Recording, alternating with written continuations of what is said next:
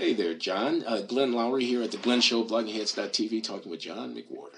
Glenn, thank you for having me back after a semester when I had to dip out for a while. John, where have you been? John McWhorter, Columbia University, and Time Magazine, and Wall Street Journal and Daily Beast. Okay, he's just publishing all over the place. Where have you been? There are people writing in from our fandom saying, we want McWhorter. We want McWhorter. And all I've been able to do is find other conversation partners who are not John McWhorter. I felt stupid about that. I've been hearing that too, but I had a semester where I had a new daughter, Vanessa. Congratulations. And thank you. I taught music history for the first time, and since it's not really my area, I had to do a lot of class prep. And I just didn't have time to do anything extra. But now school is over, and Vanessa is 4 months old, and so I'm ready to jump back in. And so much has happened. Allow me to tell people that you are a musician, that I have seen you sitting at the piano playing show tunes. That's right. And that you love it, and it's an avocation. You are a linguist and a public intellectual and a Blogging Heads personality, but you are also a musician, and I don't know that everybody knows that. That is another thing. You can see little pieces of me doing that online. I know you are a musician too, although I've never seen you do it. I am. I have a piano in my living room, and I play it. I'm kind of self-taught. I'm not smooth, but it works. Jazz is my genre. Exactly. Yeah. I flirt with it, but yeah, one has to do certain things on the side. So look, we're talking exactly. A lot has happened. Baltimore and whatnot has happened. There was a big blowout piece by Michael Eric Dyson in the New Republic taking down the New Republic. New Republic, indeed, taking down Cornel West a peg or two.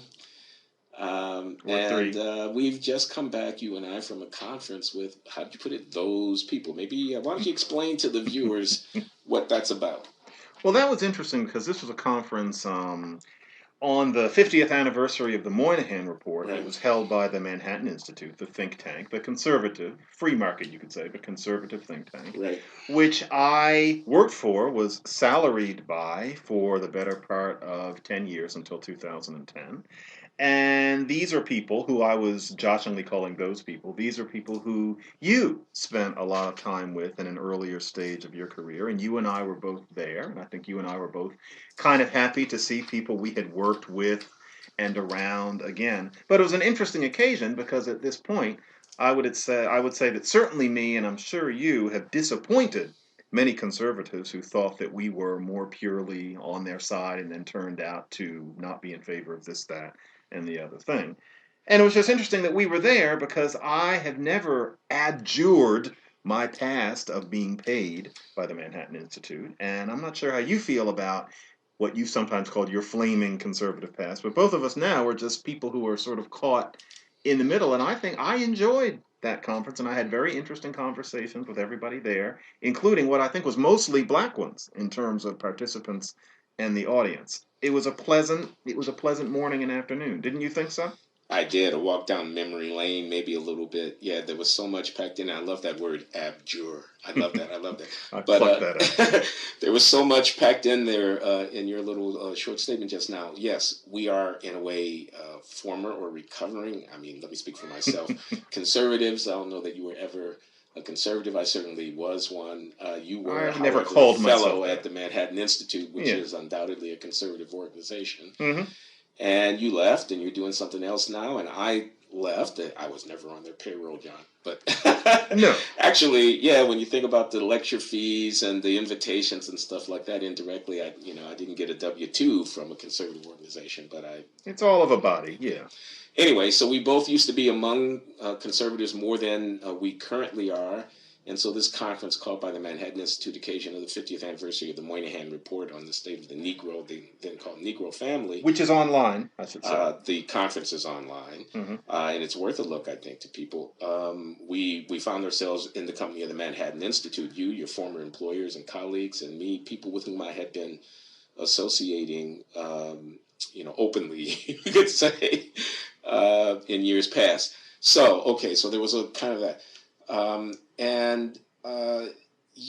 I found it to be an interesting experience on a number of levels. They, that is the conservatives, are not Darth Vader. They're not that bad. They weren't mean-spirited. there was pretty much an open discussion. It was about serious stuff. Heather McDonald, your former colleague at the City Journal, was one of the speakers and took the point of view that she did on issues of crime and policing in American cities. It's a conservative point of view. She's well informed and I thought presented herself very well. There were others. There was a panel on the family that I participated in, which again I thought was, robust. And Ron Haskins from the Brookings It was an Institution, excellent panel. Yeah. very well informed. There was a panel on education where We should say your panel was Ron Haskins and Bob Woodson. Thank you. Kind of sparring in a robust, although civil way over the issue of academics and social uplift and how incompatible the two can be.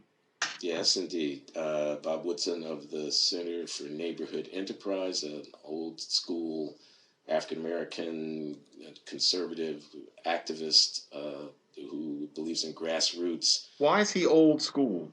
Well, first of all, he's probably 70. Yeah, old maybe. I'm sure he would agree. But what is old school? Well, because what did Bob say? Bob said something like a lot of his friends are ex-prostitutes, ex-drug dealers, or whatever. Yeah. So he was like touting his street cred mm-hmm. at a certain level. There's something that felt kind of old school to me about that. Mm-hmm. And Bob's line, which is, and with respect to him, I admire him greatly, and so I will, in a short summary, not do justice, which is that there's knowledge and there's power residing in poor communities. Don't count them out. Don't write them off. They're not simply there as subjects to be helped. They have the resources within their own ken to pull themselves up by their bootstraps. They have moral resources. They have energy and all.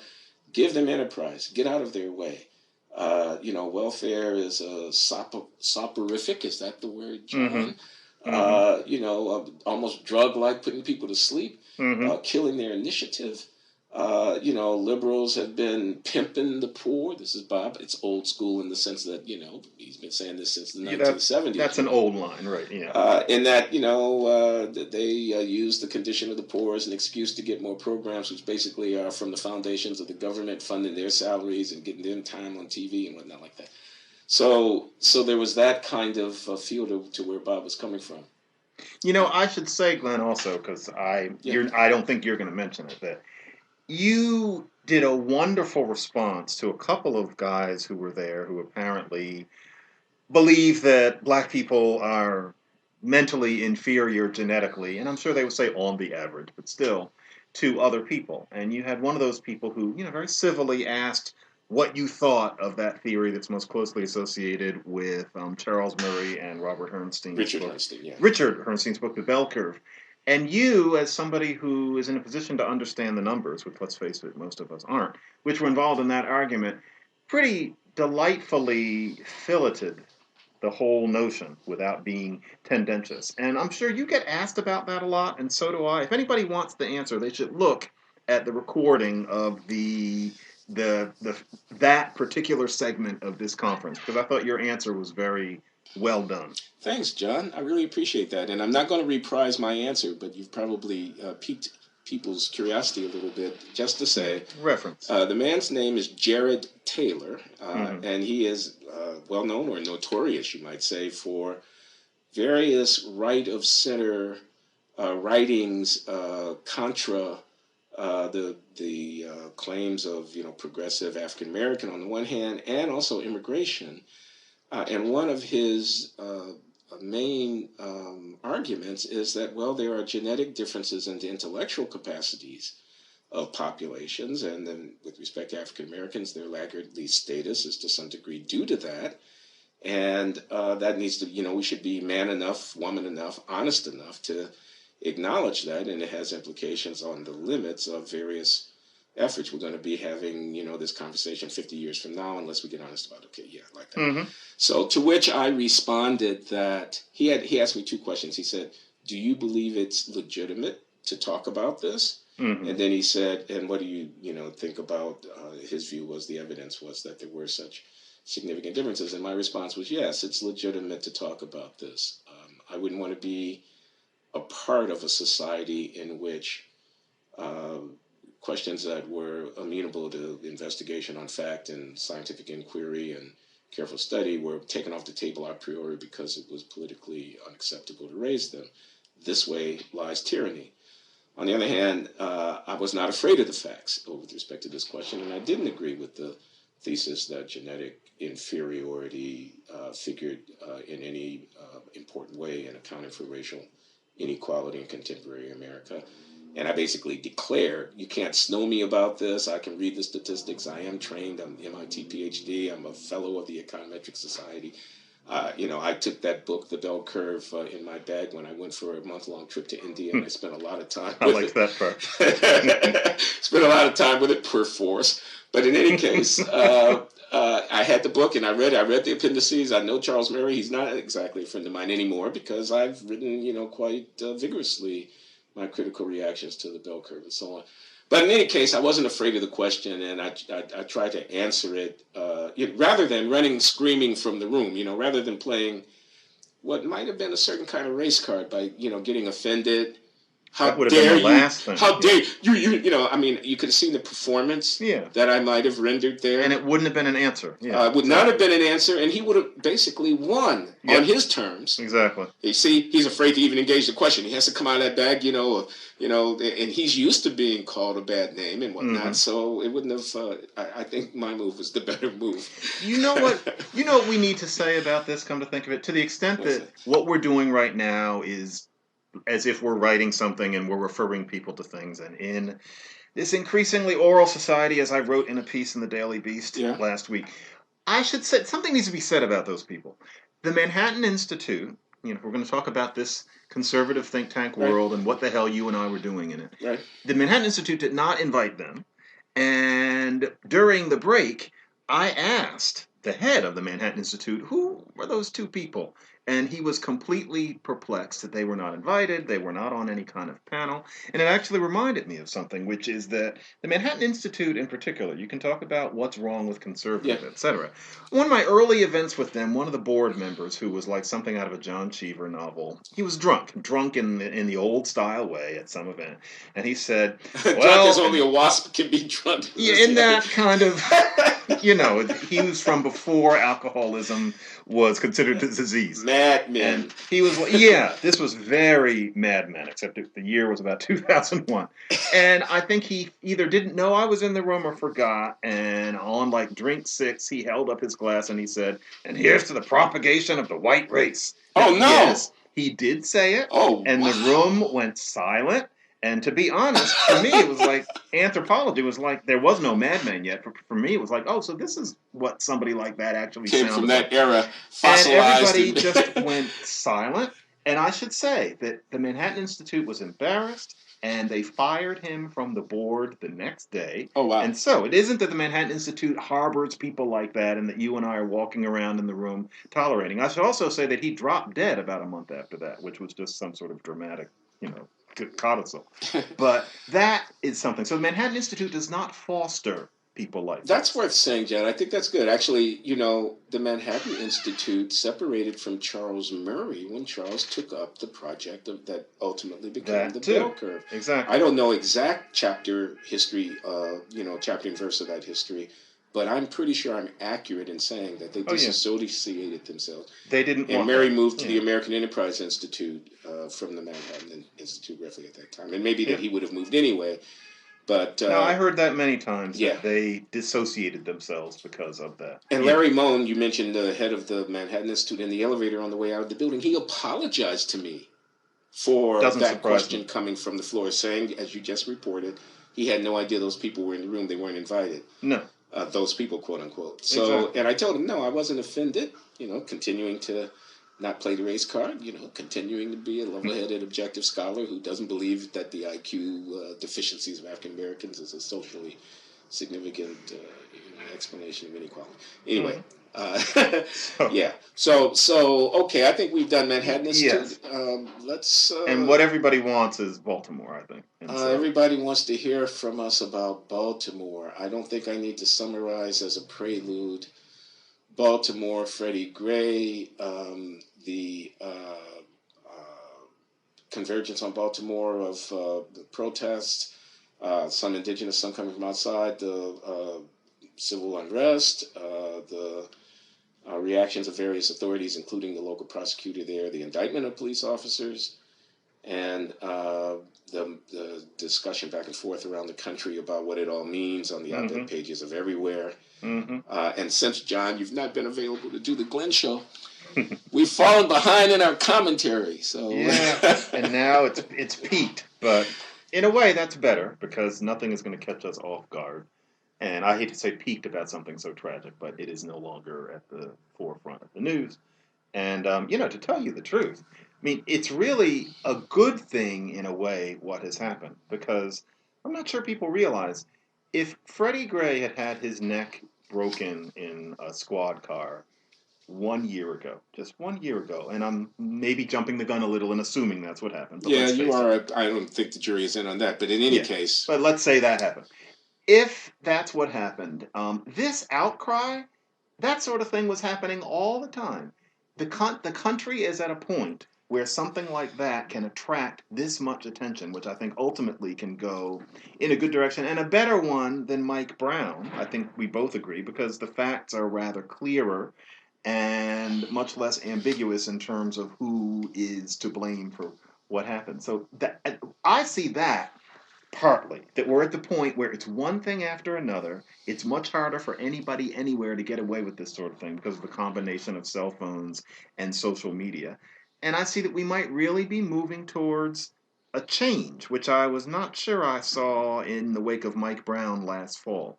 Do you see something different going on or just more of the same thing over and over again? Well, I don't know if we can have what we had in Baltimore, and by that I mean if we can have the responsiveness and the attention to the possibility of grave injustice being perpetrated in the case of Freddie Gray. He's taken into custody and placed in a police van, and somehow in that process comes to be fatally injured. And when, and the police officers are now going to be tried under criminal penalty threat for what happened there, and we don't know. But the change that you call attention to, which is that now that's in the news, now that gets attention, now that gets a response. Now the cops actually possibly will be held responsible. Whereas before it might have been swept under the rug. I think many people would say, well, no, Freddie Gray and Mike Brown are different cases, and maybe Freddie Gray's case is more clear-cut. Again, the facts aren't in, but it would not be implausible to imagine that a finding that could come in that, and one thing we know, Freddie Gray didn't jack up any convenience store. Freddie Gray didn't fight any officer for his weapon. I think we're pretty clear on that. So whatever might have happened there, it contrasts with this other case. People would say that's a second-order significance. What's important is that this profile began to be raised and that this movement, this nascent movement, has been stimulated. Mm-hmm. And that has changed attitudes, that has demanded attention, that has gotten the response of politicians, that has gotten, more ink, more TV, and whatever. So that the environment within which the Freddie Gray incident happened, which has had a more desirable outcome, perhaps than would have been the case in the past, is an environment created by, in large part, the movement that came out of Michael Brown. So they wouldn't want to separate or even contrast the two. Right. That's what I'm saying. And, it means also, I think you and I both agreed. You were on it faster than I was because in some ways you are less sentimental than me. You were less sentimental about Obama, and I think you were less sentimental about Ferguson. And that there's a part of me that wants to join the quote-unquote good-thinking view until it's absolutely impossible. But with the Mike Brown case, I think we can say out loud now that what happened between those two people was not what everybody, in a way, wanted to think. Yet, the mood that it created, the awareness that it created, and despite the fact that there are people who are now going to, go on forever insisting that what they want to happen, it did create something that could create change nevertheless. It will become a matter of historical footnotes that what went on in Ferguson was not as clear-cut as many people said. But nevertheless, a mood hit. And maybe that mood can create a more general change, even if the initial circumstances were not as logical and morally easy as we might think. Would you agree with that? That as disgusted as you are by the response to Ferguson, that maybe something came out of it. Yeah. Well put, John, and thank you for the compliment. Not even backhanded compliment. I mean, No, I regard not being sentimentalist as a compliment, and I right. regard being out early on something that I get to be proved more or less correct about, as a compliment. So thanks. I'm not sure I entirely agree, but let me just respond briefly. Um, One of the things that concerned me about Ferguson was the extent to which the quote movement was becoming vested in a particular narrative about what happened, Mm-hmm. which uh, might be false, and I think that narrative proved to be false. Let me call it the hands up, don't shoot narrative Right. about what happened. Michael Brown, the victim of, just willfully unjustified, and then his body left to rot in the street. The contempt. Black Lives Matter is an expression of, revulsion in the face of the contempt presumed to have been had for the life of Michael Brown by that police officer, Mm-hmm. Darren Wilson, on that street in Ferguson, Missouri in August. And I feared that narrative might be false. Mm-hmm. And it, I believe, has been declared to have been false, not only by Proven, the local yeah. grand jury there, but also by the Department of Justice of the United States of America's investigation of the incident itself, concluding that the non-indictment of Darren Wilson was the correct response to the evidence and the facts as best they could be Exactly. discerned. Okay, so I didn't want to see the kind of, I'm going to just hold on to this idea about what happened no matter what, because I thought, both of all, it's kind of intellectually disquieting to me. It lacks an integrity, but also that it might ultimately be ineffective, that it would allow, it's conspiracy theory-esque to the extent that the evidence would contradict. But, people are going to be arguing this for a long time. I mean, my son, Alden, who lives in Chicago, who's in his 40s and is a journalist, I came to visit recently, and we were talking about this, and talking about it carefully because I think he wants not to give offense, but he disagrees strongly. And when I said, they didn't indict, and the feds backed that up, his response was, he corrected me to say what they said was evidence was insufficient to indict. Right. Okay? Right. But I mean, he's reading that as, well, it still might be true, but it's just that they didn't have the evidence to indict. Exactly. And my idea is all they could ever find by way of clearance, so they're not clear, is his conclusion. They're not clear because all they said was they didn't have sufficient. All an inquiry can ever do is come to the conclusion that there's not sufficient evidence. That's the only kind of clearing that's available to us, is the conclusion that no charges are justified. So my point is, we're playing with words here at a certain level because, a lot of people still want to believe what they want to believe about what happened there. And I mean, it's interesting that the Mike Brown's friend, who gave a lot of impetus to the hands up, don't shoot. Who lied? Okay, come on, John. Excuse me for interrupting. Mm-hmm. He lied. Well, yeah, it's clear that. Come on, he stood in front of the camera and he said, I can't quote chapter and verse, and I don't want to get it wrong. Anybody can look it up. And this guy has a name, and I can't remember. Dorian Johnson. Yeah. Johnson. He lied. Mm-hmm. And you know something? Talk about sentimental. As soon as he first gave his account, I remember telling my wife, I get the feeling he's not telling the truth. Just the story he was telling seemed like something out of a movie rather than something that an ordinary two people would go through. But the cop reached out of the car window and grabbed him by the throat. Yeah, it never sounded right, but my inclination was to think, he shot him in the back. Again, excuse me for interrupting. It's coming back to me now. Yeah, and all of that it didn't sound right to me, but I thought to myself, who am I to judge? This is somebody who goes through life dealing with a whole lot more than me. So I went with it. But I must say that at the beginning, I remember turning to my wife on the couch and saying, that story sounds like something somebody would write in a book. But then I gave in and I didn't listen to myself for a long time. Yeah.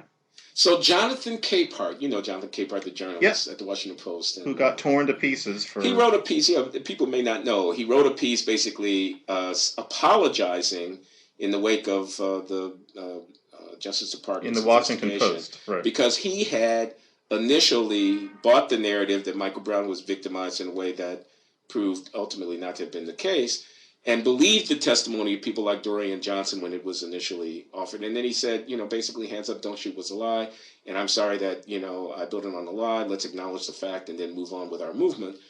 And he got pilloried for saying that. His Twitter feed just went crazy, and it ended up being a media story how much he was being ripped into, which to me, I guess this is sentimental, says to me that there is such a pain in the black community about the police to the point that people are willing to bend facts, and therefore the whole thing needs to be addressed. For people to look at what went on in Ferguson and to look at the facts, and it's kind of like the OJ episode. People are obsessed with these facts. Everybody of all levels of education is studying this like Talmud. So everybody knows what the facts are.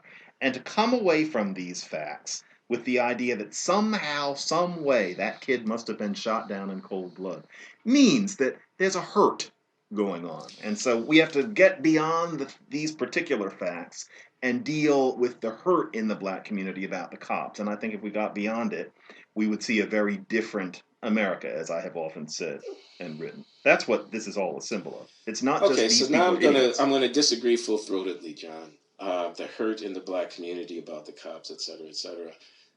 And you're kidding. Yeah, I know. I want to know. I know. I kind of can't believe it myself. What is the disagreement with that? No, but that there is hurt in the black community, yes. Okay, mm-hmm. Who could deny that? That people, one way of encapsulating this is, this reference to the talk, that parents have to have with their sons about and daughters about how to deal when they encounter police and so forth and so on. Just about everybody in front of a camera with a suit and tie, or a woman dressed well who's got some high position, who's African American, addressing this issue, has said they have themselves got personal experience with profiling. They can relate to what people are talking about because they've been stopped, including the President of the United States, the Attorney General of the United States have both made these personal declarations. Jonathan Capehart has written a column himself about the talk before all of this. And, and I could tell, Lord knows I could tell stories about me and the police, okay? Mm-hmm. Not all of them my fault either, y'all. Mm-hmm. But in any case, I grant all of that. I'm not disputing that. I'm not. The foundation of my full-throated disagreement with you, my friend John McWhorter, goes back to this idea that, something good is coming here because, we finally got the covers pulled off and we're calling attention to these things and whatnot. And I think it misdiagnoses. The problem. The problem is not police brutality, although there is a problem of police brutality, but the capital T problem. The problem here, I'm going to put it in broad terms and then I'll narrow it down and I'll try to be concise, is an incompleteness in what the work that was supposed to be done by 1954 to 1970. Okay, and a lot of folks in that Baltimore community are left behind. Now we can trot out the reasons why, but I can tell you the Supreme Court's rulings on affirmative action is not one of them. Okay, that's not one of them. The indifference of a Republican Congress or whatever to the needs of is not, in my opinion, one of them. And why 1970? What's that? Well, I'm just trying to, all these civil rights bills and all this. I mean, I'm just trying the to late say 60s era transformation. Okay, yeah. I'm saying second Reconstruction, if you like. Okay, Great Society. From Brown all the way through Great Society. Okay, and what I'm saying is, those neighborhoods in Baltimore, and the conservatives at Fox News have said this, but they're not wrong about everything, okay? A lot of money has been put in there. Mm-hmm. They have been under the governance of basically liberal democratic at the local and state level for a long time. Mm-hmm. The conversations about opportunity, jobs having fled. I mean, I read an op-ed on the page of the New York Times. I wish I could give the date, but it wouldn't be hard to find, in which they were citing William Julius Wilson's 1996 book, When Work Disappears, chapter and verse, basically recapitulating the argument in the 500 or 750 words. Yeah. Accounting for the problem of Baltimore will always be with us when we're 1996. Not that it's not right to the extent that as far as it goes, but I thought intellectually, man, you guys are exhausted, you guys being the liberal progressives who are now, Baltimore's in flames. I heard what I regard to be idiotic and dangerous arguments about how, you see, we don't get no justice if we do have peace. In other words, the civil unrest, the looting, rioting, and arson were the necessary counterpoint to a kind of low-grade violence against black people that's been going on for 300 years. Mm-hmm. And the only way we've ever done anything about it is to make a fuss and whatever. Right. I mean, these are, in my mind, just unbelievably dated and in some way irrelevant arguments to the situation that's going on. Why don't we, start acknowledging, and this goes to the Moynihan report again, the devastating consequences of fatherlessness when it's combined with no money. Okay, so we got a lot of families with kids in them. They don't have the resources. Yes, they're impoverished. The schools have failed. No, there aren't any jobs. The role models are terrible. The connection to the prison is intimate. The people are going back and forth culturally, relationships and whatnot across the prison wall. Gangs, drugs, the war on drugs. And violence, unbelievable violence. Okay, so life expectancy numbers are moved by the homicide behavior of 18 to 35-year-old African-American men. They actually have a first-order effect in the life expectancy in the demographic tables. It's a major fact of our lives now in cities like Chicago and Philadelphia and Baltimore and so on. And yet, this failure, gets assimilated to a 50-year-old account that basically discrimination, racism, it's now structural racism. It's been dressed up in a latter day, but it's sophistry. And it's avoidance. It's avoidance of the real issue. The issue is not police predation, though that is a problem that needs to be addressed, and police unaccountability, though that is a problem. The issue is much, much deeper. And this population is being bypassed by wave after wave of non-European immigrant who are also people of color. So the disconnect between what I read from the usual suspects at these websites and on these op-ed pages and the tragic reality of reproducing in the 21st century. You think this is the government's fault? This is because they didn't pass a program? I mean, come on. That requires a defense that I have yet to see effectively made. Thank you for allowing me to say all of that. No, I understand, and I agree with everything that you're saying, but it's just what you make of it. I, too, have read all of the op-eds about Baltimore where somebody basically trots out their William Julius Wilson and says that explains what's going on and that therefore the rioting must be understood. And I see it as a kind of soggy utopianism, because what that really means is that until we somehow recreate the conditions that poor black Americans had access to from roughly 1920 to 1960, then all we can expect is more of what we've got. I find that ridiculously unimaginative. I frankly find it intellectually flabby. It's really essentially just sentimental. The reason that Baltimore is the way it is partly racism, mostly racism in the past, but then you have a kind of a mousetrap Rube Goldberg series of events, a lot of which I think involved the widening of welfare benefits in the late 60s so that it was very easy to get on it and nobody cared whether you ever got off it or got a job. I think that really busted black communities apart. And I wrote about this in a piece in the Daily Beast, which I should say was widely read and commented on, because I said that just to attribute all of this to racism is lazy thinking. But, Glenn, here is somewhere that we've often wound up before. Yep. The question is, what can we do about this? And the simple fact is, and this gets back to that Manhattan Institute conference where I think my main point was, and I think it was rather unwelcome to some of them, if you stand up at a pulpit or on TV or anywhere else and tell people, stop this, stop raising children without a man, stop running away from your women and children, stop being violent, boys, nothing's going to happen. And you might ask, well, how do you know nothing's going to happen? And I would say, well, because we've been doing that for 50 years and nothing happens. Heather McDonald is very well intentioned, but Heather McDonald writing that black communities are going to have to clean themselves up, she might as well be writing that weather is going to have to stop raining. But Barack Obama writing that, or Michelle Obama writing that, and I still say that would have just as little effect. And so my point being, what can be changed? And it seems to me that What can be changed and what is in more of a position to change is the cops, the people who are in the inner cities doing the things they're doing. It's like somebody who's in Japan speaking Japanese and you tell them stop speaking Japanese, but they never knew any other language. It has to be something from the outside. And if the cops could be pulled away, if there would be fewer opportunities for the cops and these black men to meet, the black men would, for one thing, feel less like they live in an alien world. A lot of why they feel as if they're penned into their own communities is because most of the white people they meet are cops. And my whole spiel about the drug war and how many people Yes. that puts in prison. If there were no drug war, fewer people in prison, more two-parent families.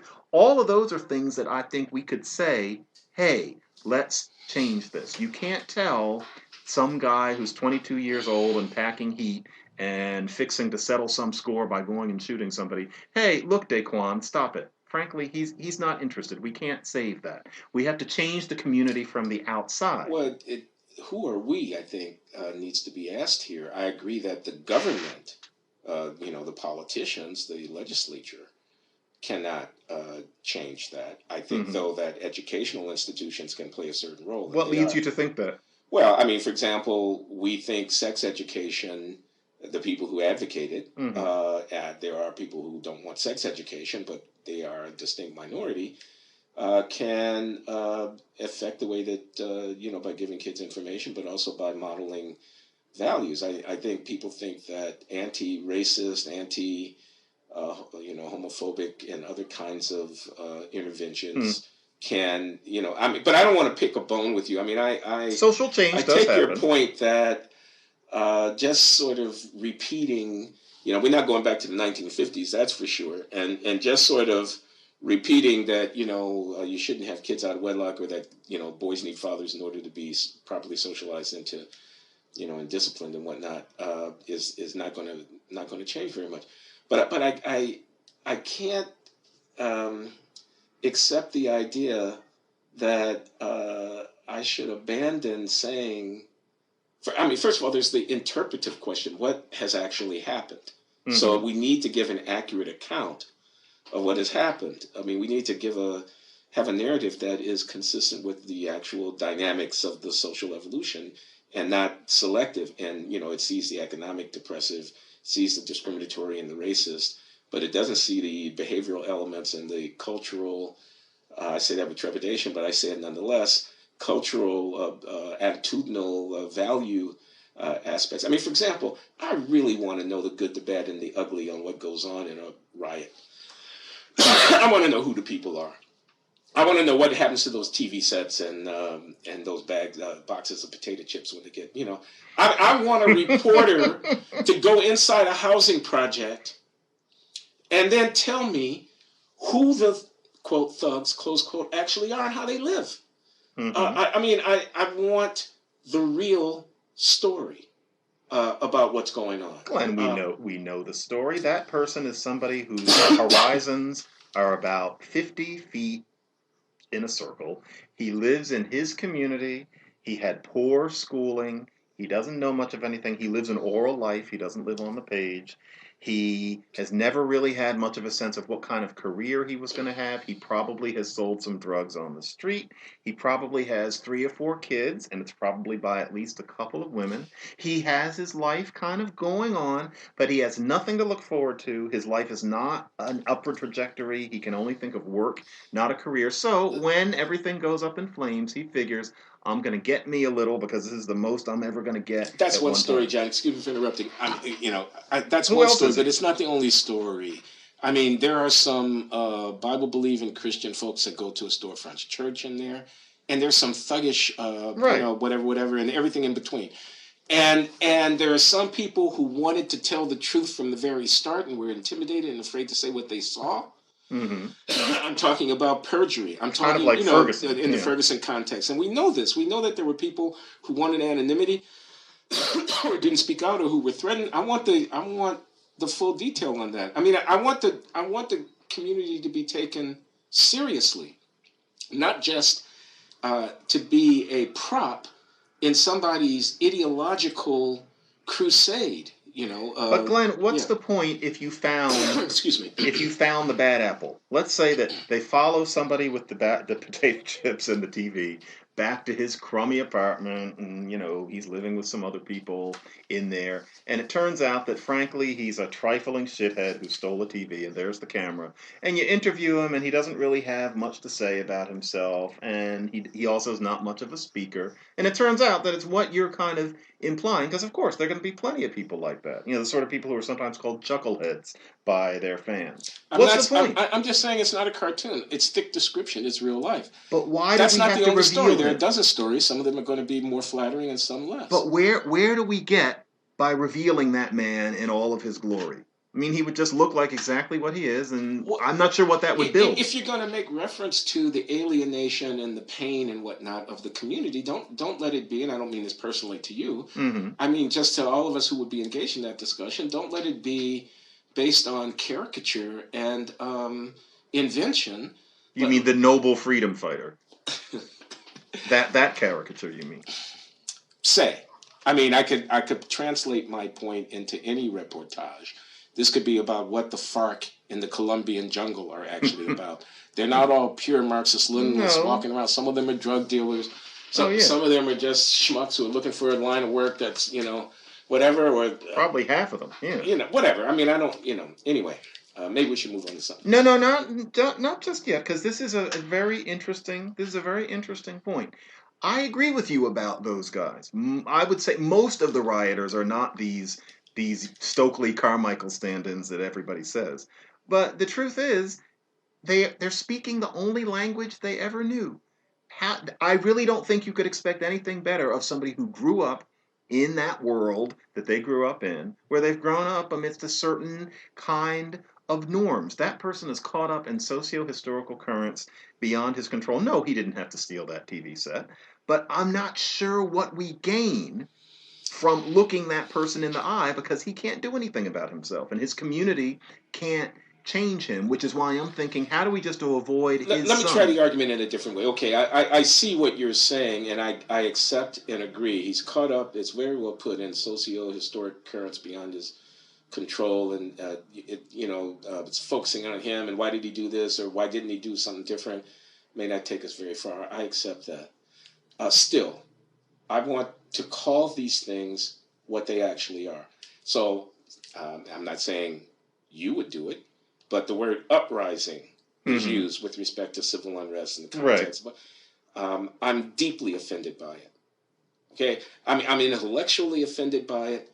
I'm politically offended by it. I'm as a social scientist, uprising. Okay. So what is it? It's a slogan. It's a banner. I'm on the right side of history. I called it an uprising because the people have finally spoken. What kind of idiotic politics is it that you associate socio-historical change with the unruly behavior of a few people in a particular situation, which is hooked to no movement, which has no grassroots, which has no theory or framework that reaches beyond itself? You're so desperate that there should be such a movement, and so lazy about actually creating the foundation for one, that you seize upon aberrant events and think by dressing up the words, where's George Orwell when we need him, you can make a politics that doesn't exist. I'm tired of people, and we could name Michael Eric Dyson, sitting in their parlors inventing a politics that doesn't exist with fancy words on the pages of cooperative and intellectually flabby organs of the dissemination of ideas like the New York Times. I'm tired of it. Yeah. Uprising? I mean, will you please give me a break? History is moving on, okay? The United States of America is embedded in a global system. The action is elsewhere. Fix the schools, whatever it takes, okay, for a starter. And don't condone, don't defend, don't make excuses for the inexcusable. The murder rate amongst African Americans is astronomical. The fact that there's not a single prominent intellectual figure or politician in the pantheon of leaders who's prepared to make that his or her issue is a disgrace. No, it isn't, Glenn. It's a shame because it's an indication of a certain element of self-hate at the core of the Black American soul. These people that you're talking about, in a way, are not sure that we're good enough not to do those things.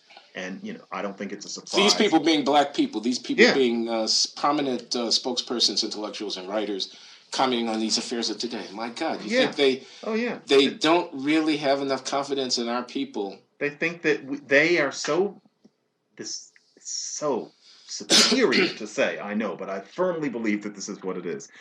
They think that black people are so beaten down, and they've been taught, not only by white people, but in a way by black people, that we are so weak that they figure all of this murder is because they don't know better, society doesn't love them. What can be expected? Do you remember when the two police officers in Ferguson got shot during some demonstration? Two guys got wounded, one in the near the eye Yes. socket. Mm-hmm. And the Fox News was trying to make a big deal of the and of course the protests were subject to possibly being discredited. This was after the assassination of those Mm-hmm. two police officers in New York City, possibly being discredited by association with the violent element around the fringe. Mm-hmm. I'm watching the TV, CNN, something one day, and a prominent, I don't remember who it was, so I don't want to say, but a prominent person says, in defense of the protest against the charge that they have turned violent, those people weren't really aiming at the cops. They were aiming at other protesters. They had a beef with other protesters, and Mm-hmm. that's what that was about. They weren't really firing on the cops. So, no, the protesters and those fringe elements are not attacking the cops. The cops that were accidentally hit by bullets intended for other protesters.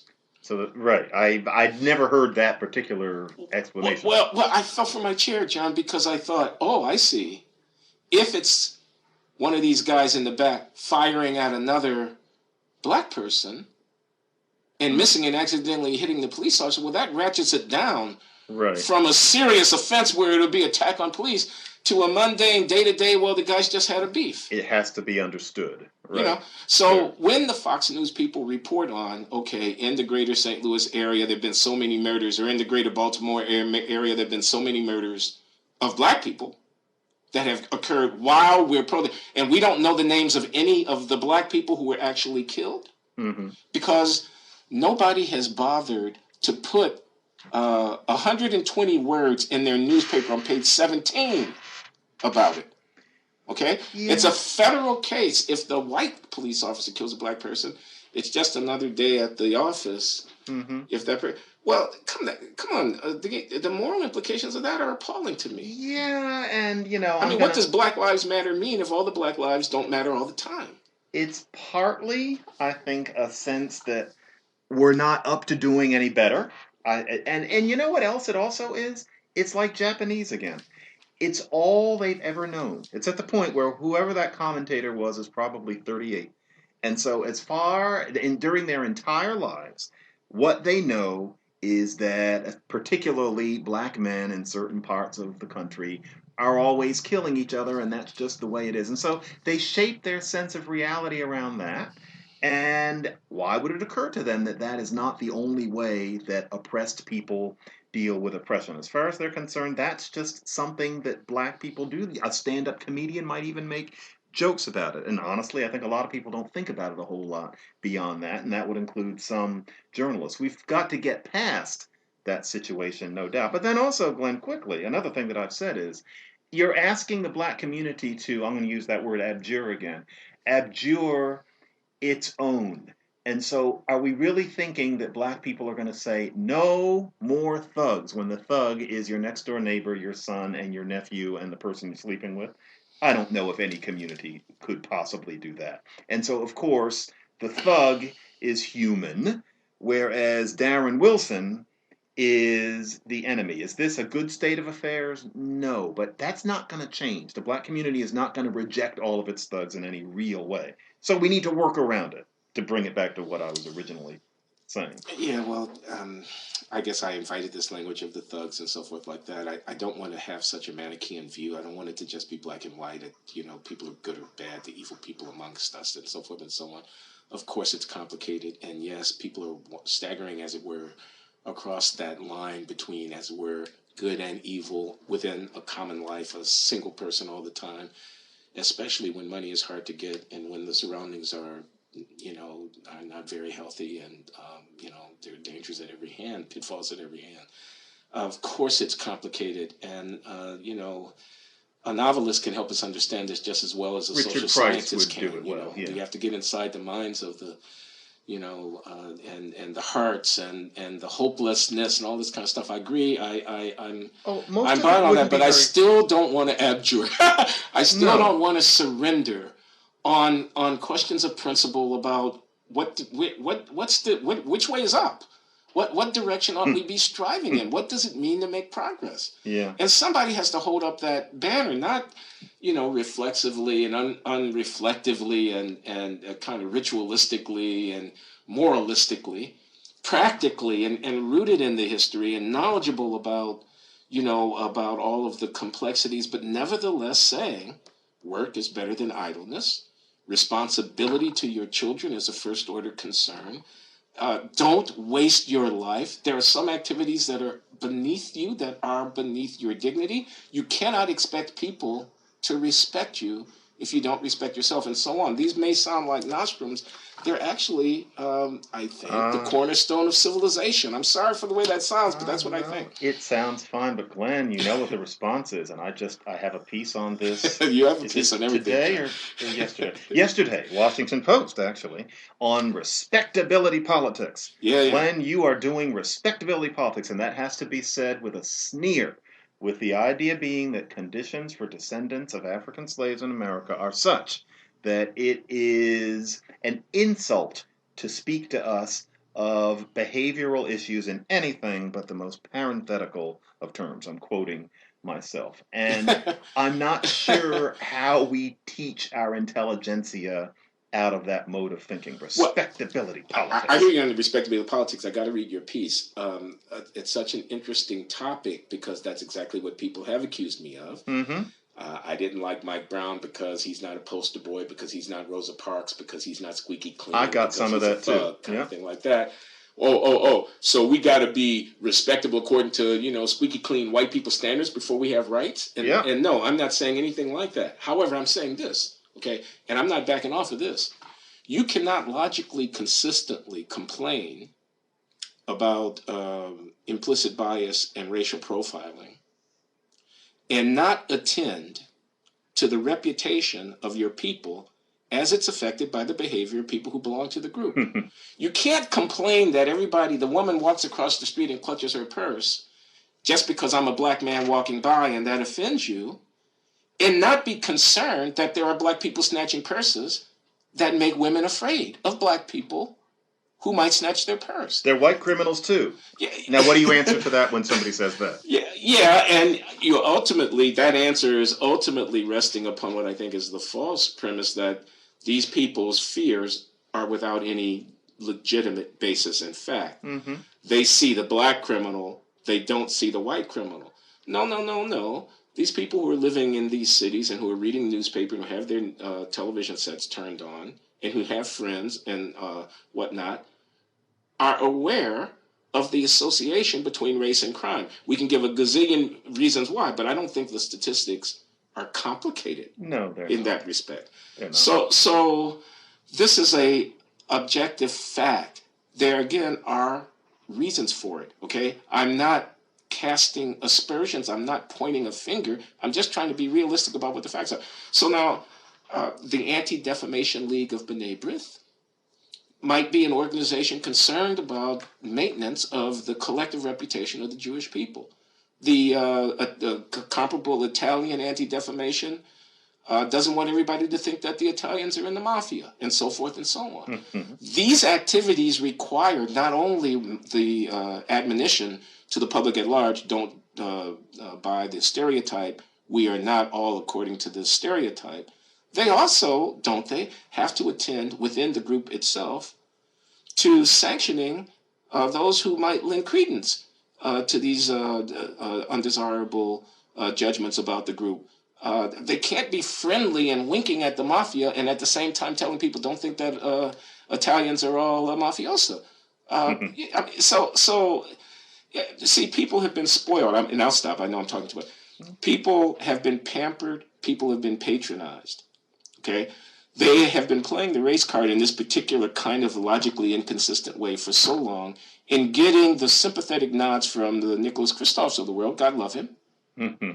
But have been licensed in this. And my sense of the matter is that whereas the intellectual classes may all conspire to not embarrass somebody on the op-ed page writing nonsense on the op-ed page in their time, the median voter in Western Pennsylvania is not going to be much moved by it. No, they never will. And all of the things you're talking about show that there is a kind of dog chasing his tail aspect to the logic here. For everything you say, there's a certain kind of person we both know and both read who has responses. And what it all comes down to is that black people are blameless.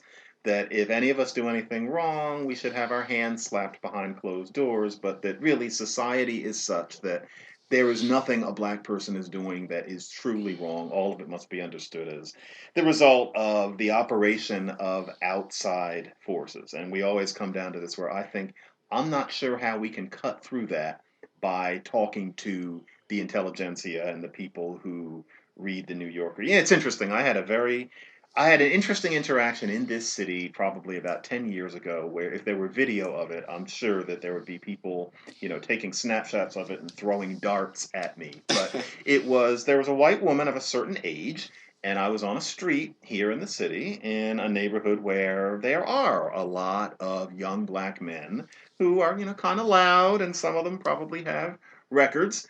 And it was nighttime, and I was walking up behind her. We were both going to the same place, and I was walking kind of quickly, and there was nobody else on the street.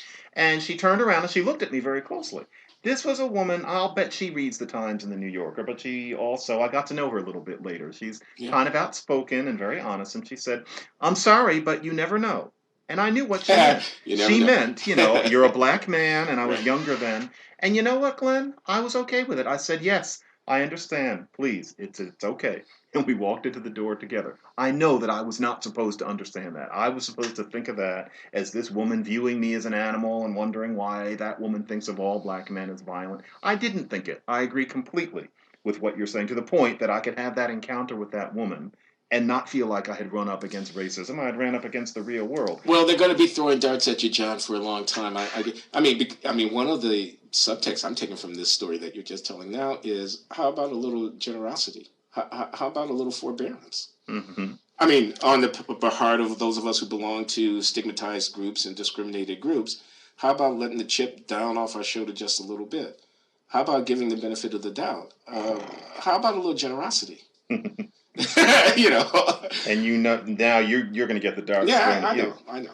It's just, before we end. Yeah, and we should, because we've been going. What do you have to say about the 10,000 words that Georgetown professor of sociology Michael Eric Dyson wrote about what a horrible human being Cornel West is?